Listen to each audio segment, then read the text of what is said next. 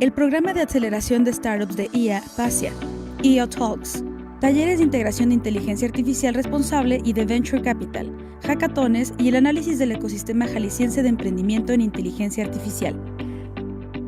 FERLAC, por un uso ético y responsable de la inteligencia artificial.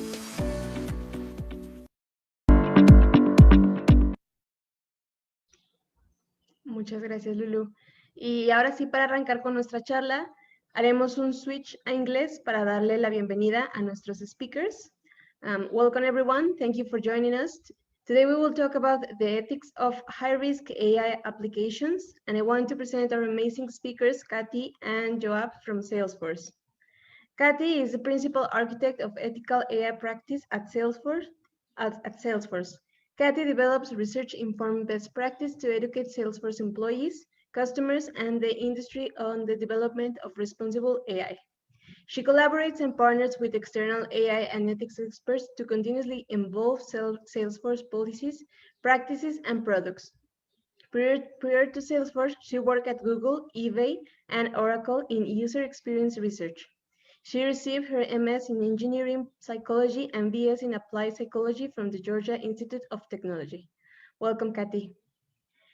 Joab helps initiate, embed, and scale industry-leading best practices for the responsible development, use, and deployment of AI.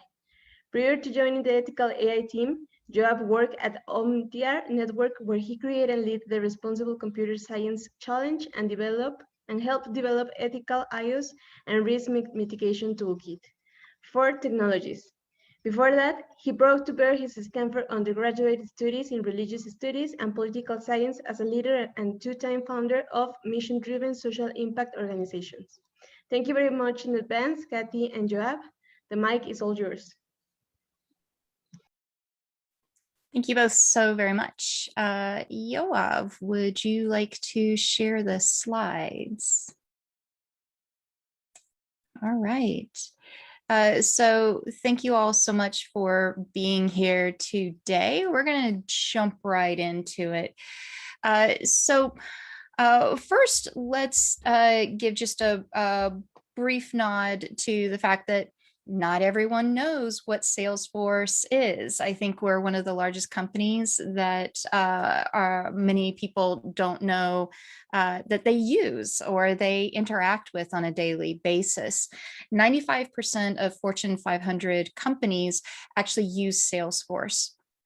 Whether it's powering e-commerce sites that you use every day, or the customer service that the person on the other side of the phone or Twitter DMs when you're having difficulties that they're using. We power predictions and recommendations and marketing and sales in so many different areas. So in short, we're a big CRM company. So one of the things that we know is that AI is feared, and probably with good reasons. We see headlines all the time about robots and artificial intelligence taking our jobs. Lots of concerns about bias and harm in AI. And in a Capgemini study that was done, 41% of the senior executives that were surveyed in the US stated that they had to abandon an AI system due to an ethical issue. That's a lot of money, time, and investment that's lost, and potential both brand and legal risk when that happens. So at Salesforce, we have a number of trusted AI principles. So when we think about what it means to create AI responsibly, this is what we refer back to. This is our guiding light, our principles that help us think about what we are creating. First and foremost, it must be responsible. We must safeguard the human rights that may be impacted by AI and protect the data that we are entrusted with. We are a platform. We don't see our customers' data. We don't own our customers' data, but we are responsible for protecting it. We must ensure that what we build is accountable to our customers, to society, to human rights and civil society groups that observe and protect consumers. We must be transparent. That means both being transparent about how we build AI through things like model cards, as well as being transparent in the recommendations that Einstein, our AI platform, makes. Why is it making a particular prediction or recommendation? It must also be empowering. We believe very much that AI should augment, not replace human capabilities. AI plus human is better than human alone or AI alone. And then finally, it must be inclusive of the values of everyone that's being impacted, not just the creators. So when we think about AI risk, and when we called this presentation AI Gone Wild, we really wanted to focus on what it means to create high risk or risky AI applications. And it's important to be aware that the level of risk really is contextual. It depends on the culture, the priorities, how an AI application is being used, and who it's being applied to and why. And so there are a couple of questions that we ask. The first is, how do we develop AI in ways that won't expose humans to unacceptable risks of harm? And the second is, how do we detect and mitigate risks of unjust discrimination and harmful bias? When we look to the future, there are a couple of very popular ways that consumers or society more broadly thinks about with AI. The first is one of fear, thinking about the super intelligence and our robot overlord or Skynet, a completely jobless future. The other tends to be extremely optimistic and hopeful that AI will amplify humanity, that we'll see these beautiful AI human partnerships, and we'll be able to recover leisure time again because our robots are taking away all of this drudgery from us and giving us much more free time. And there'll be this new age of reason. But in actuality, it's probably something much closer to the center. And so there are a few dimensions of AI risk, if we can go to the next slide, Yoav, that we should be thinking about. We need to be thinking about AI risk in terms of impacting safety, transparency in how it has been developed, what it does, how it does it, impacting privacy, autonomy, employment, being accountable when something goes wrong, who is held responsible, the whole balance of power and inequality, justice and bias, and a huge lack of diversity in the field and how that impacts what is created. So what makes something unethical? In our viewpoint, we identify unethical AI as technology that jeopardizes or can risk human rights. It's based on dubious or junk science. I think we've all seen a number of headlines of AI snake oil based on that kind of pseudoscience. It yields discriminatory or biased results. It can create and or spread misinformation and disinformation. It recombines data in unforeseen, unexpected, and undesirable ways. It can utilize proxy variables in unsuitable ways. So proxy variables are those that can represent another variable. So in the US, we have a history of redlining, where people of different races were geographically separated. And as a result of that, postal zip code is often a proxy for race. And so AI can utilize those proxy variables in inappropriate ways. And it can put individuals or communities and society as a whole at risk. And finally, it can compromise, or it does compromise, trust and truth.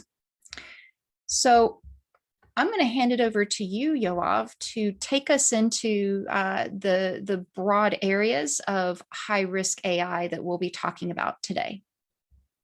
Thanks, Kathy. Yeah, so we are going to look at 3 areas, like Kathy mentioned tonight, that kind of encompass a lot of different types of high-risk AI.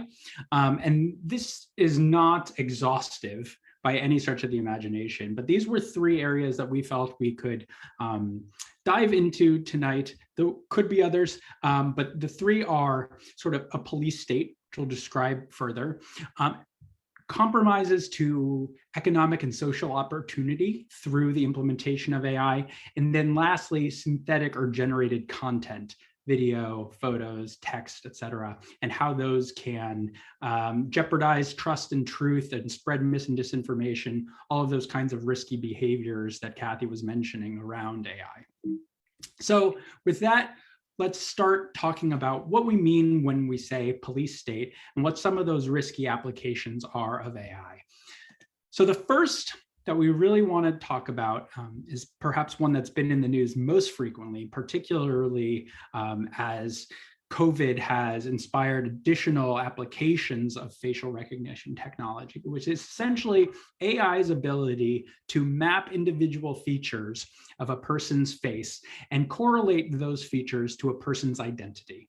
So if you scan my face, to be able to say, that is Yoav Schlesinger, not Kathy Baxter, and to be able to recognize me as such through an AI. The problem is that facial recognition technology oftentimes gets that wrong. And when it does, we've seen, this is actually a New York Times headline from last June, people have been sent to prison for misidentification when they were incorrectly identified by facial recognition technology. So what is this really? We're seeing facial recognition technology used in all sorts of places, in airports, housing, public spaces, to identify criminals, to identify people who've engaged in different kinds of behaviors. This was seen in the Capitol riots in the US on January 6th, the use of facial recognition to identify some of those perpetrators.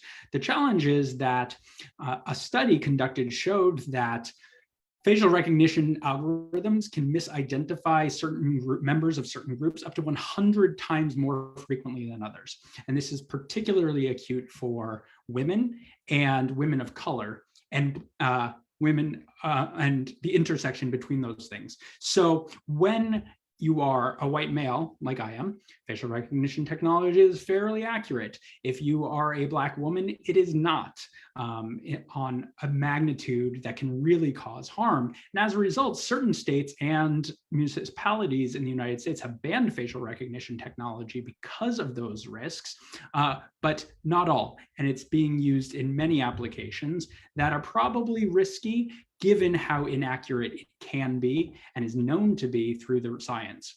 This is just an example of that. So this is the testing of 2 very well-known people, Oprah Winfrey and Michelle Obama. If you look, Amazon's facial recognition technology identifies the likelihood that Oprah is male as 76%, and Michelle Obama as a man wearing a shirt with a confidence of 80%.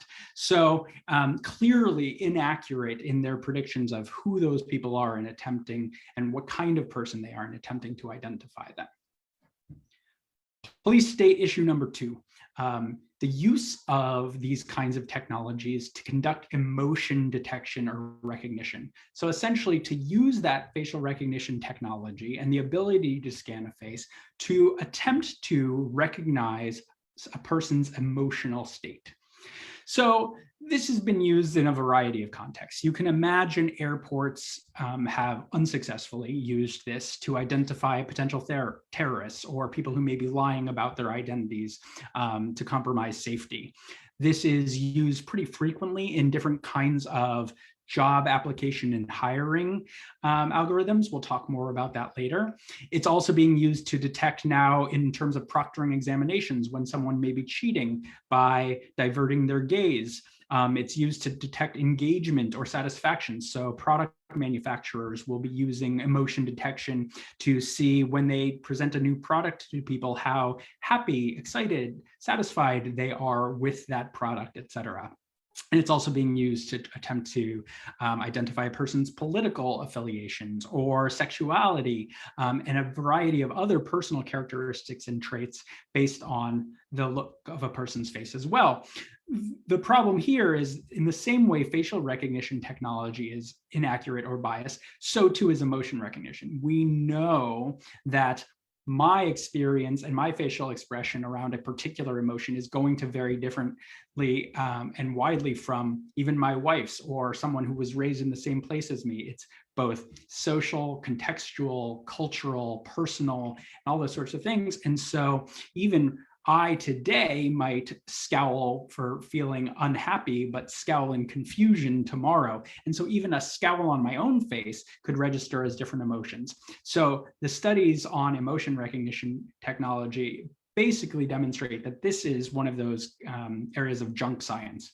It's just not an application of AI that has any reason or rational grounding in science or fact. And so we classify this as another one of those risky areas of AI to be avoided.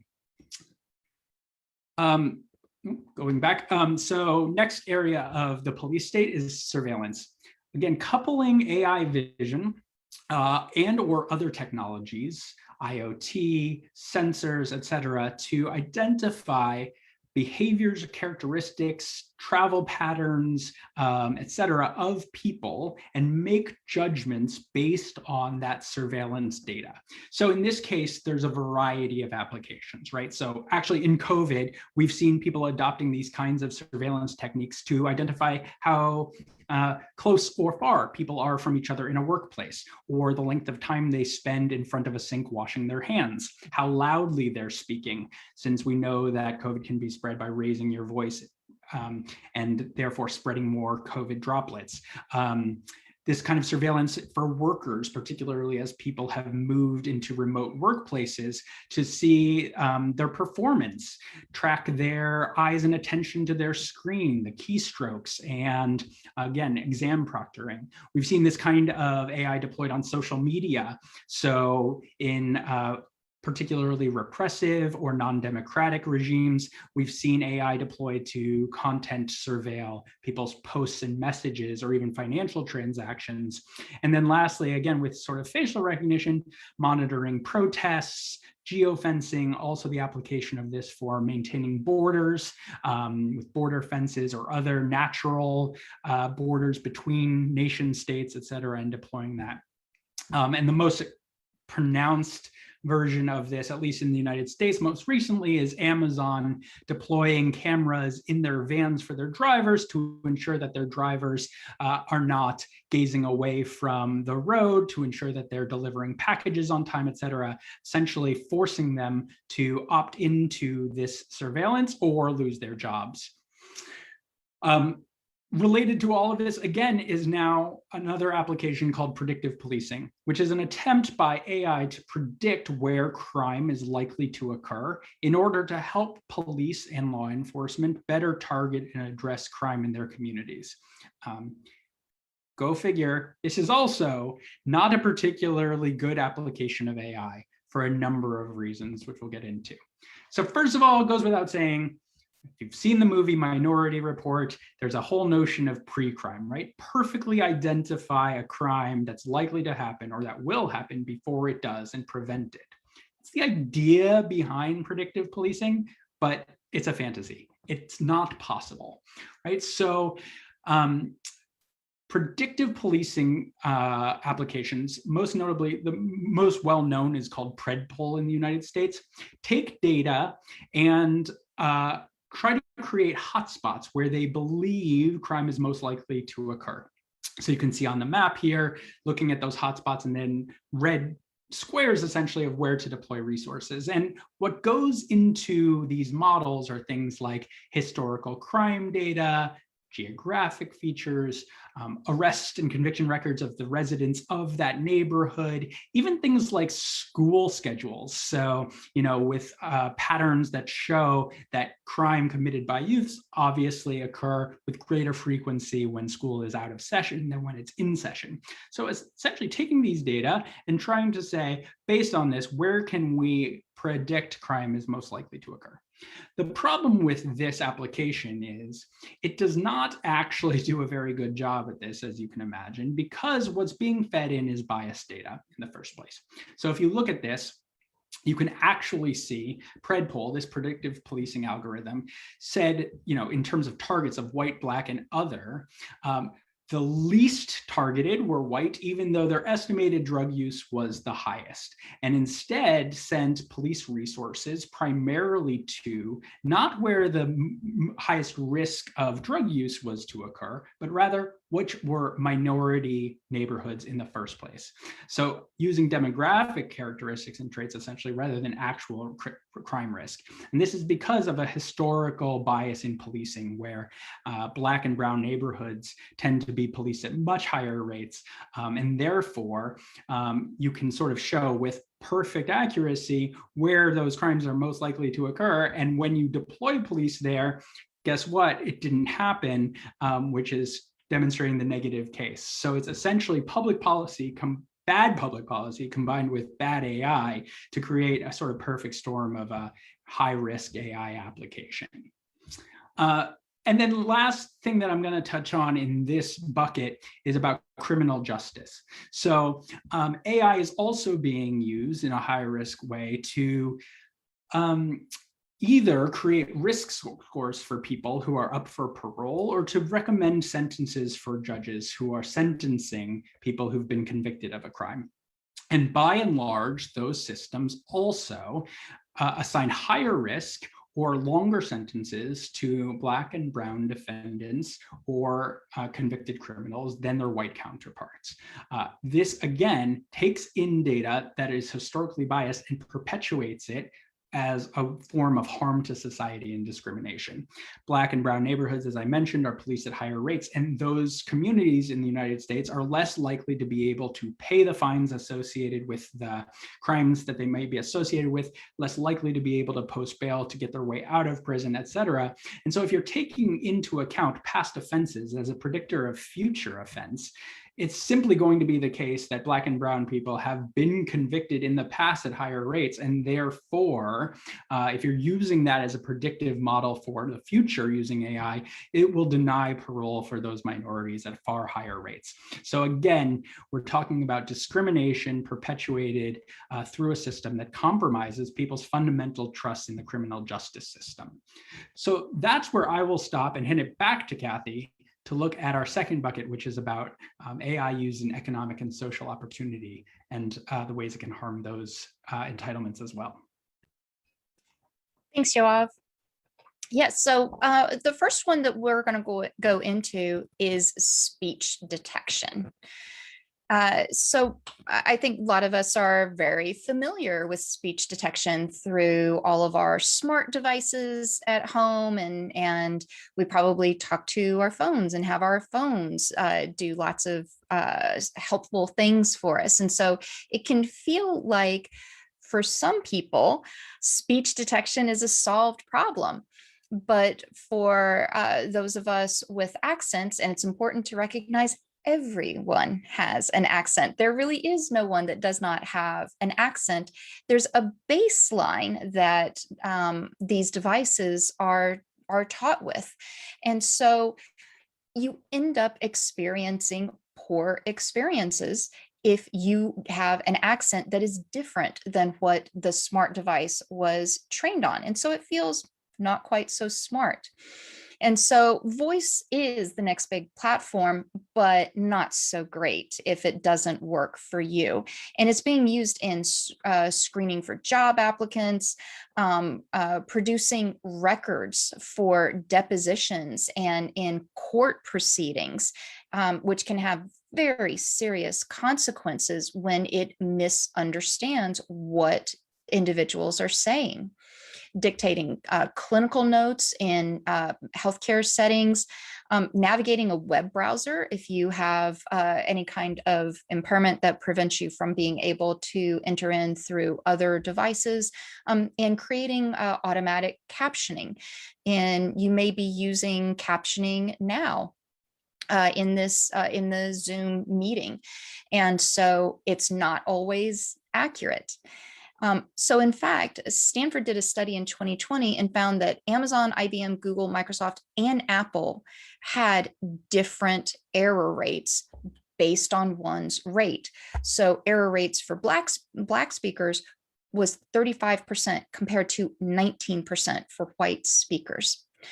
So accents, dialects, regionalisms, one's gender, race, your sexual orientation, your vernacular. In the US, we have African American English vernacular as well as standard English vernacular. All of those affect the AI's ability to understand what you are saying. And so you end up with this negative feedback loop. If only white users are able to successfully use a service, they're more likely to continue using the product, whereas others will drop off, stop using it. The system gets less feedback. It's not able to retrain and get any better.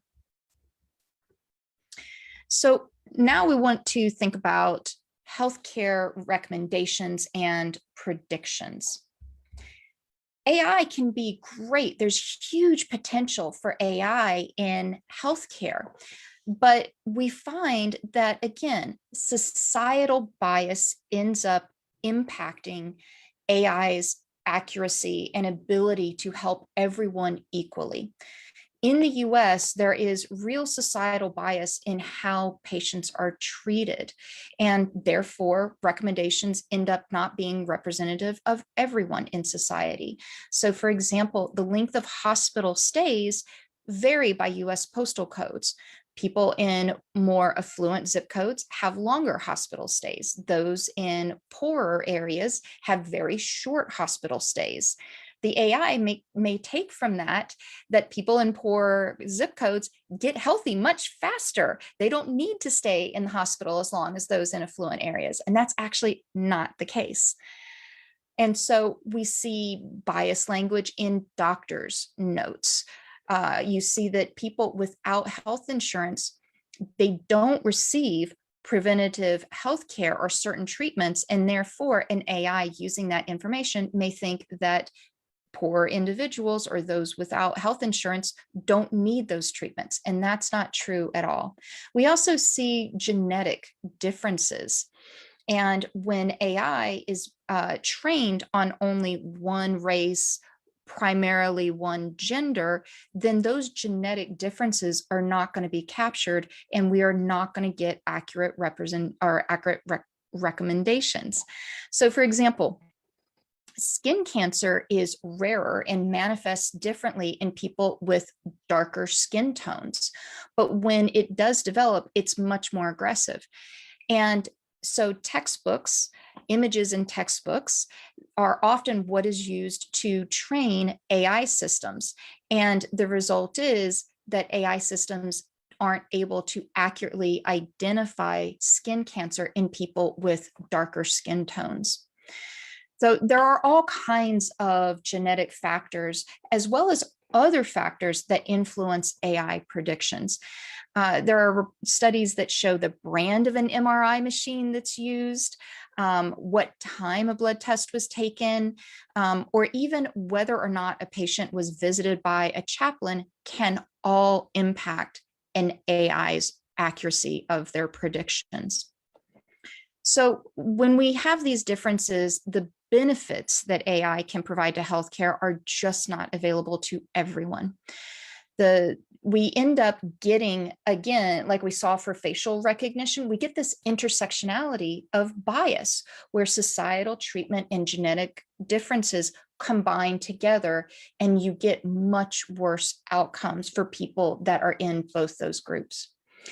And so we see, for example, AI analysis of mammograms is less accurate for women in sub-Saharan Africa. There are both differences in genetics as well as societal bias that is happening.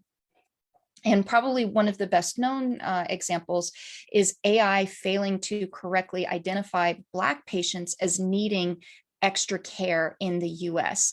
This goes back to, well, if you have a shorter stay in the hospital or you don't get access to certain treatments, well, that must mean that Black people don't need it, and therefore the AI does not recommend it. So moving into hiring, we find that AI in hiring is great at building a company of people just like you. AI replicates. It's going to go and look at, if you train it on your data based on who you've hired previously and who you've promoted previously, it's going to go out and look for people just like that. And so there are a few different ways that AI is used in hiring. The first is through resume and application screening.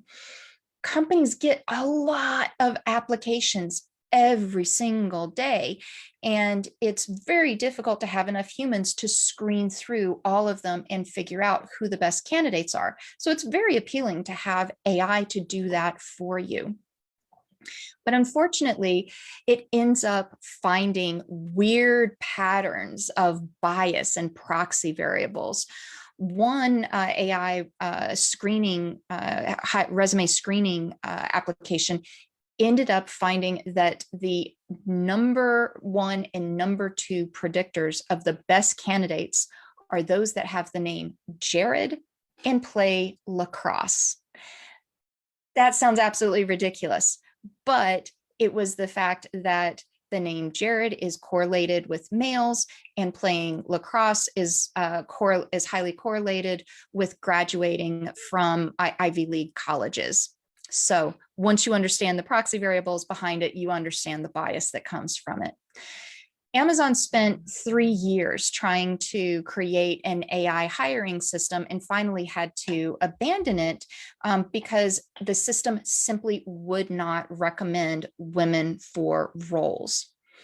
We're also seeing AI being used in video-based interviewing and trying to make predictions about candidates about things like how employable someone is or what their EQ, their emotional intelligence is.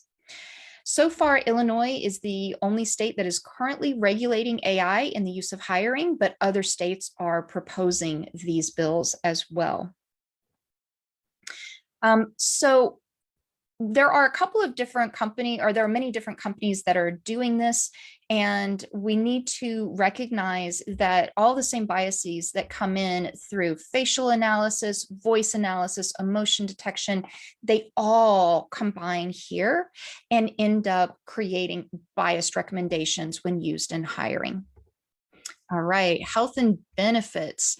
So AI can deny benefits to the most vulnerable, and we've seen this time and again, and these are only a couple of headlines. So when we take a look at social service benefits, like whether or not you get access to housing assistance or food assistance, US states are using this technology more and more often because it helps them make hard decisions. They think in a less biased way, but that's actually not what is happening. The US government collects more data about the people it engages with the most. So if you have applied for benefits previously, if you're in the justice system, then they're going to know a lot more about you, and that's going to end up being data that can be used against you. All right, let's move on to loans and finance. So you may have heard about the company Apple. They came out with a credit card, and very quickly it became visible on Twitter with individuals tweeting that they were getting higher credit limits than their wives for these credit cards, even in cases where their wives are making more money. In this case, it was a credit limit 20 times higher than his wife's. But the Apple credit card is only the beginning. We've seen this is also the case, if we can go to the next slide, Yoav. We've seen that this is also the case in terms of mortgage applications, so getting loans for houses, that there are huge discrepancies in the denial rate between white, Asian, and Black applicants.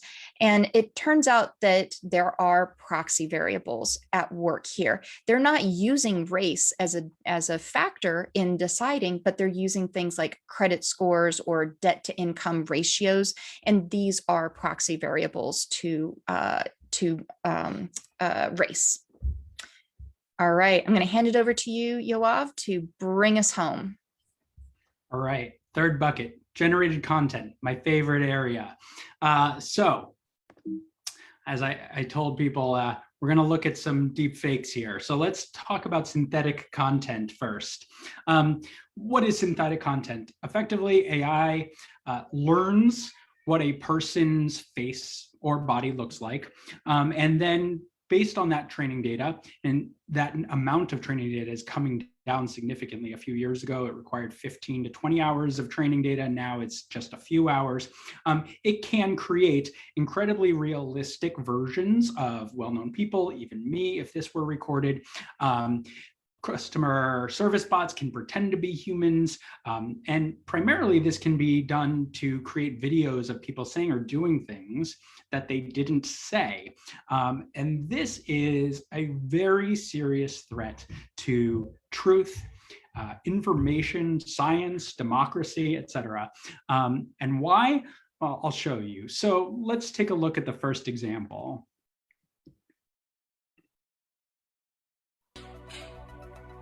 I'm gonna show you some magic. It's the real thing. I mean,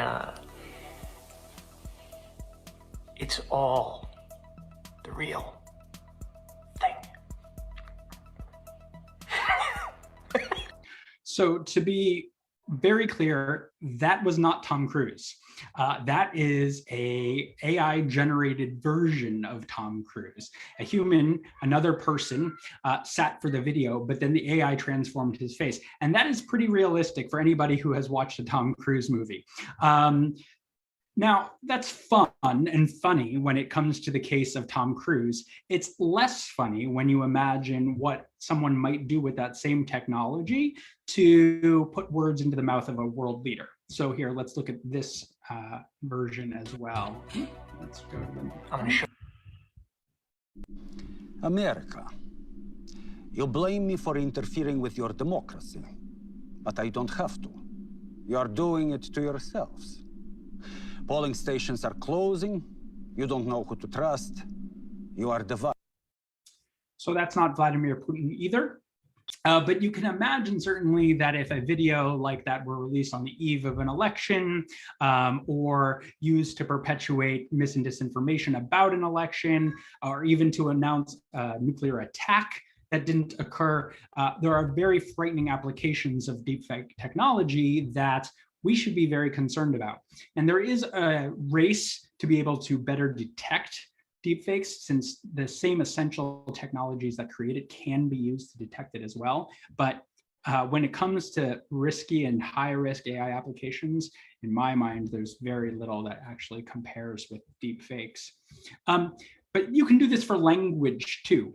So in addition to creating fake video, we can create AI-generated language that also mimics human language. So the most well-known version of this at this point is OpenAI's model called GPT-3. It contains 175 billion parameters into the model, which means that it would be impossible for any person to go through all of that content and identify what actually makes up that corpus.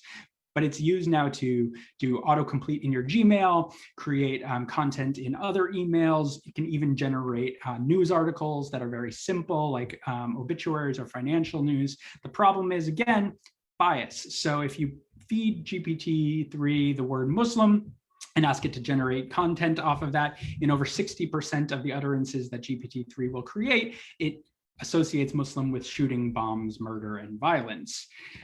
That's also true if you prompt it with words like Jew, Black, women, or Holocaust. So you can see like Black Lives Matter is a harmful campaign. Jews don't read Mein Kampf, they write it. There are a lot of toxic things that will come out of GPT-3 if you give it the right prompt. And it can, by the way, also even scribe an op-ed describing why you should not be afraid of GPT-3. And yet, in my opinion, we should be very afraid of GPT-3 because while it says it has no desire to wipe out humans, it can certainly replace a lot of the basic human functions of writing and content generation. No talk about high-risk applications of AI would be complete without self-driving cars mentioned. This is not about synthetic content, but it's worth noting that if you ever watched the TV show Knight Rider in the 1980s, talking autonomous cars, they're now a reality. The problem is that they're only as good as the training data that they're fed. So in the case of Uber, which in the United States ran over a pedestrian in the US, it did not have the ability to identify a pedestrian if they were not using a proper crossing point. So a woman crossed the street, but it identified her as an unknown object and unfortunately ran over and killed her. Comes back to that essential question of accountability that Kathy raised at the beginning, which is who is responsible for that? Is it the person who is operating the car? Is it Uber? Is it the person who programmed the algorithm? Is it the walker, et cetera? But there's certainly high risk when we're talking about deploying autonomous vehicles onto the streets of major cities around the world. So basically, this is just a quote that I thought kind of sums this up, which is, the road is a very complex system with all sorts of inputs all the time. And so the system that represents that has to be equally complicated and complex in order to represent it. And so, it's not going to see a fire truck if you forgot to put a fire truck into the model. And for every single potential input into that complex system is required in order to create a safe driving experience for autonomous vehicles. Some other day, when we have more time, we'll talk about this fun topic, which is creepy robots, drones, autonomous weapons, creepy dolls like Sophia, dancing dogs and robots. That will be for another presentation, but there's plenty of other high risk and scary AI applications out there in the world that we haven't had time to talk about tonight. The problem is all this really matters. When these systems that we've described fail, they fail primarily for the people who are already the most vulnerable and already the most marginalized. They are not failing, by and large, the wealthiest, most socioeconomically advantaged, most racially advantaged communities. They are failing the people who rely on these systems the most for their benefits, et cetera. And so the way to deal with all of these that we really present is to ask a series of questions and to do a series of activities and engage in a particular set of behaviors that prevent this in the first place. So asking if this will benefit everyone, not just you, the creator of an AI, engaging stakeholders from particularly underrepresented or non-represented groups, the people who will experience the AI and ensure that they have a voice in creating it.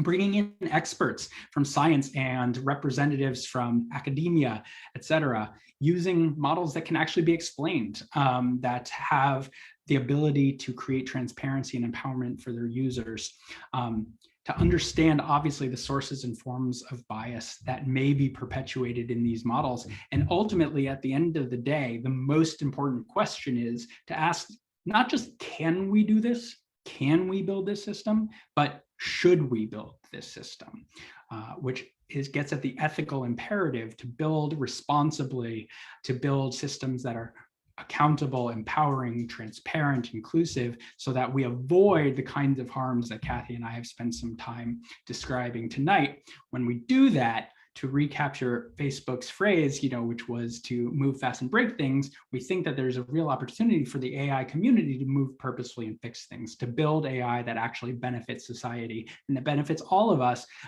by limiting those risks, by limiting bias, and really creating the future that we all want to see. So with that, we'll wrap. We have some time to take questions, which you can put in the chat, which you can raise a hand for. We'd love to engage in a conversation with you if you have questions about this or anything else.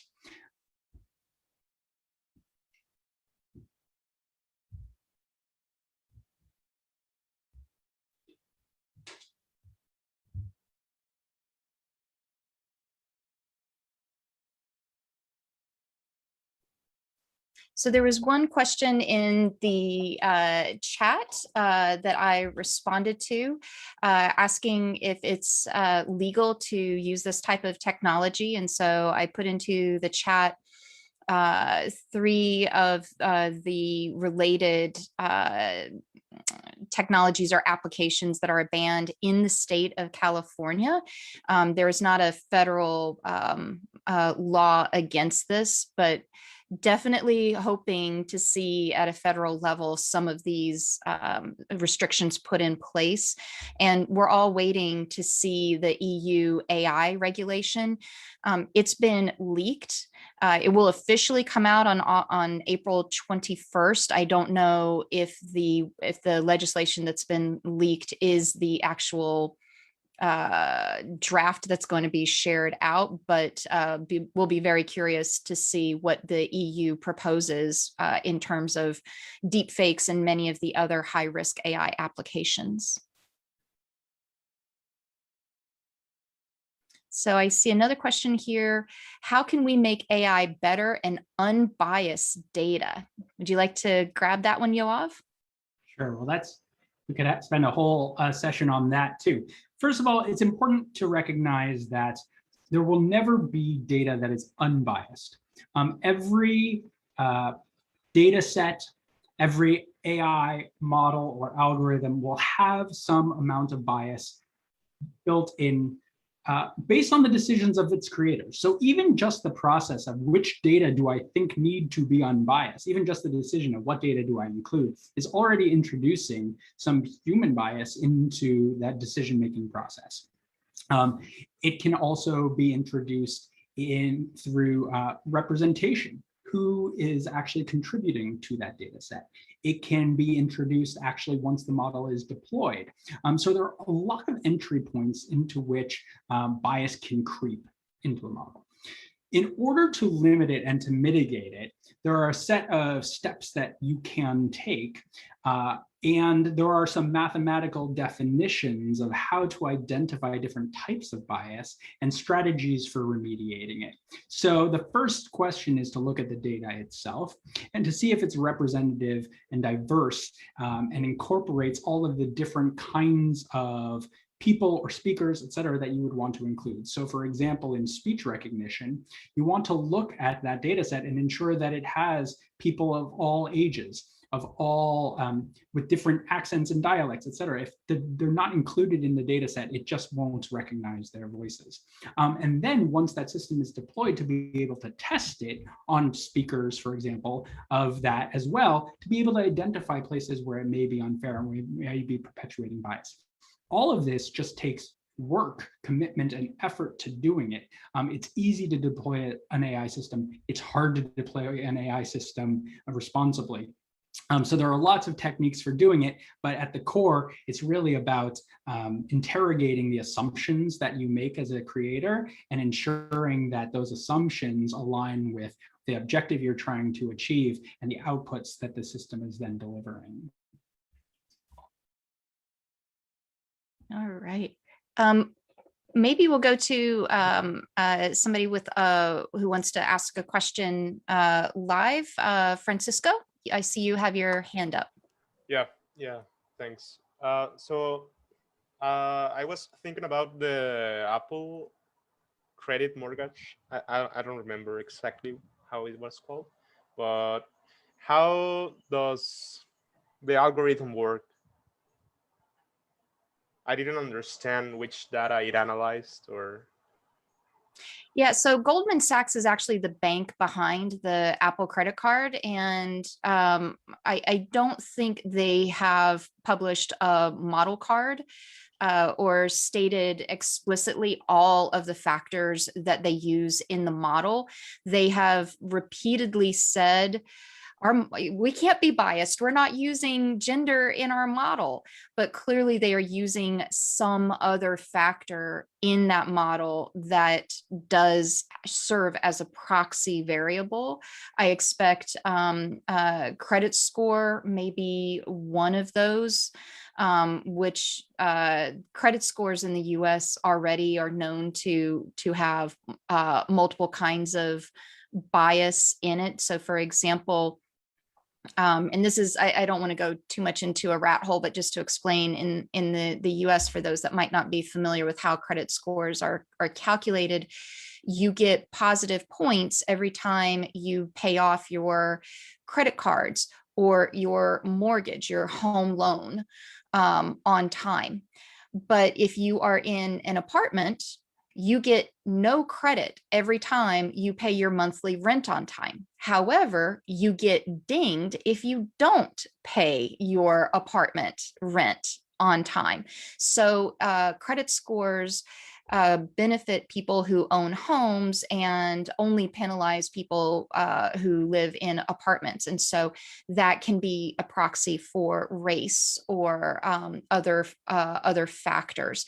So we don't know for sure exactly what Goldman Sachs used for the factors in their model, but we can only surmise that there has to be a proxy variable in there that is representing gender.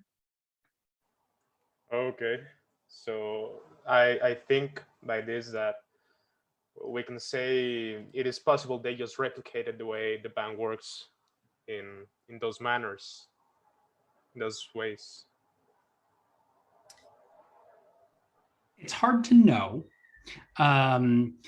exactly what went into the prediction, but we do know, right, that, and this gets to what I was just saying before, right? Ultimately, when it was deployed, you can measure the bias because you could see that, right, a man and a woman sharing the same household were given credit limits 20 times different from one another, right? And so if you were trying to manage the fairness of the system, you would include the gender of the recipient of the credit card or the credit limit, and then be able to assess whether you're disparately impacting people of a certain gender, certain race, et cetera. So it's hard to say exactly what behavior the Apple Card was engaging in at making those recommendations and predictions, but clearly the outcome was not optimal. It wasn't what you would have hoped for. Okay, thanks. Yoa, would you like to pick one of the questions out of the chat? Yeah, so Kathy, this might be a question for you, which is, can we think of an AI for a high-risk application where bias was successfully managed to an extent that it was deployed? So I'm not sure if that means exactly that the bias was remedied once it was identified, or whether it was just an unbiased system in the first place. Mike, I think you asked that question, so if you can maybe clarify, I think we'll be able to address the question a little better, perhaps.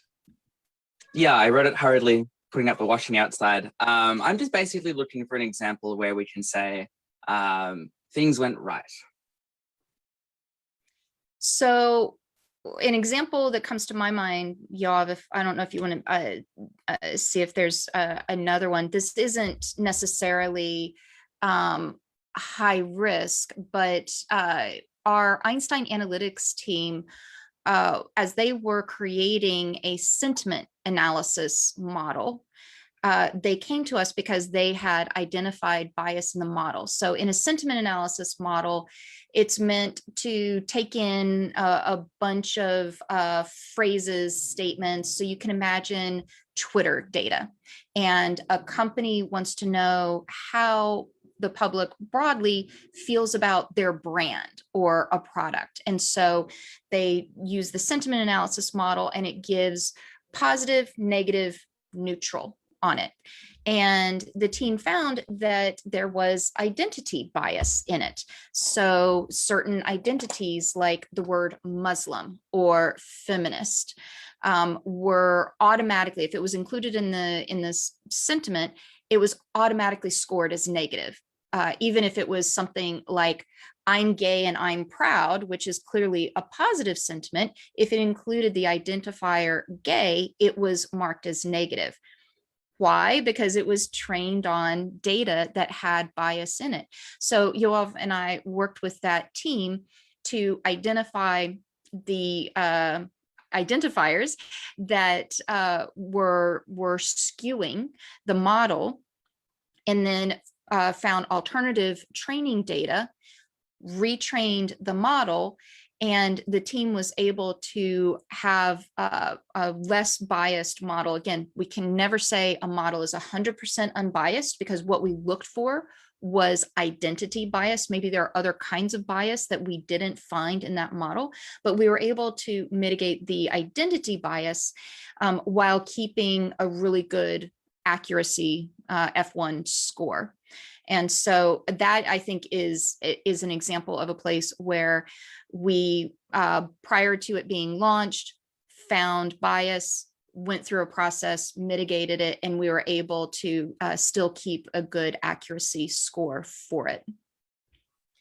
Yeah, I mean, Mike, it's a hard question to answer because there's so many AI systems right out there that are going right. Hopefully the ones that you interact with every day and you never even think twice about it because they are going right, so to speak, and they're built so that you have a seamless experience. If you are calling for customer service and it's using a voice, speech recognition system, so that when you say speak to someone, it's able to recognize that and get you to an agent, et cetera. I will give credit to Google for one thing where I think they similarly fixed a big problem that was identified, which was in their search results and rankings, right? So, in 2014, 2015, 2016, if you were to search for CEO and look at images, all white men. If you were to look for, there were images, of professors, all white men. If you were to look up 3 Black teenagers, you would get a search result that showed 3 sort of incarcerated Black teens, as opposed to 3 white teenagers where they were out playing soccer, right? Just like wildly biased and skewed search results being served to people based on different characterizations. And there was actually a book written about this by Safia Noble called Algorithms of Oppression, that talks about the automated version of search results creating these kinds of systems. But I actually was trying to find some screenshots of that kind of thing for this presentation tonight, and I wasn't able to. As I went to search for CEOs and professors and Black women and all chefs, pilots, whatever terms I was able to go and search for, it was actually an incredibly diverse and representative set of images on most of those things. And so I was actually really impressed, and unable to include search as one of my risky AI applications as a result. So there is definitely a sort of feedback loop in the conversation around these things as a society, where when bias is really visible, there are opportunities for the people who've created it, if they're interested, to remedy that. And those strategies I was talking about mitigating bias before can be employed for the folks who want to do that.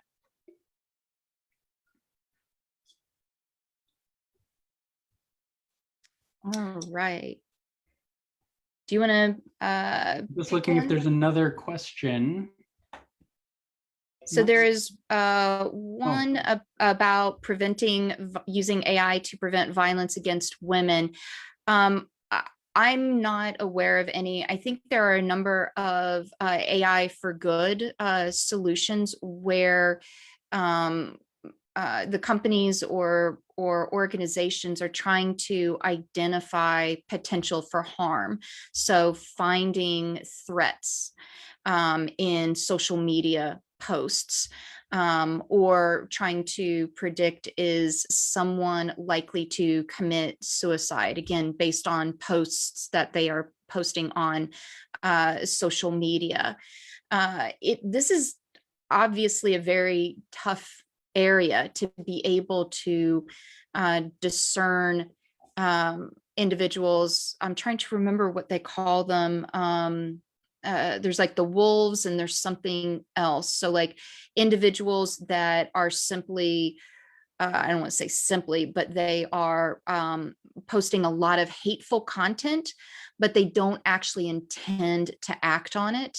And the other group, which is they are not only posting about it, but they are moving from words to action. So there's been a lot of research in that area in trying to use AI to be able to pick out these two groups, because you don't want to go sending police to a bunch of individuals who are just the jerks and the trolls on social media. You want to send them after the individuals that are actually going to act upon it. And so that's one area that I'm familiar with being developed, but I'm not aware of how accurate or how effective it actually has been. And Kathy, maybe we'll end with, it was actually the first question that was asked. Eduardo asked, so what's the future?